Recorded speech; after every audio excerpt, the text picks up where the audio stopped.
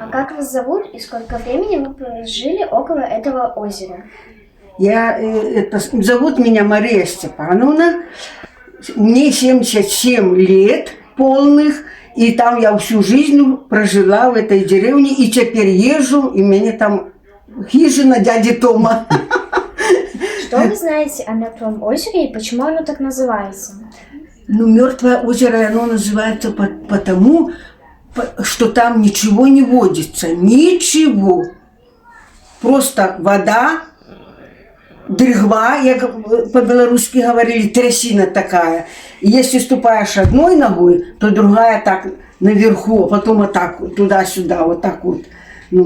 Вот поэтому оно и называется мертвым, ничего не водится. Ничего там, ни лягушка, ни квакушка, ничего. А когда появилось Мертвое озеро? Так оно уже появилось несколько веков, выходит. Так же выходит, так? Вот, потому что моей уже бабушке она умерла в 100 году, и уже 27 лет ее нету, а это озеро уже было.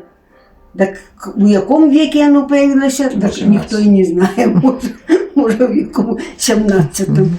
Как-то такая легенда, что вроде бы как вот старец, нищий ходил, и никто его не пустил ночевать. И он как-то разозлился, там была деревня. Это такая легенда. Из той деревни получилось та деревня затопилась. И получилось такое озеро, большущее. Но оно теперь же небольшое уже.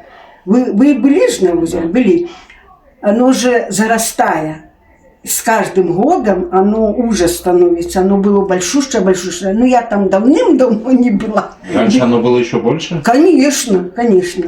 Оно так понемножку, и каждый год оно зарастает. Мы когда-то пошли, там вода, конечно, кристальная вода, стиралось белье, мы ходили стирать, вот когда-то, у нас престольный праздник прочисто в сентябре, и мы всегда уже тогда на коня садились, запрягали и ехали, и стирали белье, сушили там, потом сами мылись, даже без мыла, вот помыли волосы, чистили, распадались прямо, такая вода была.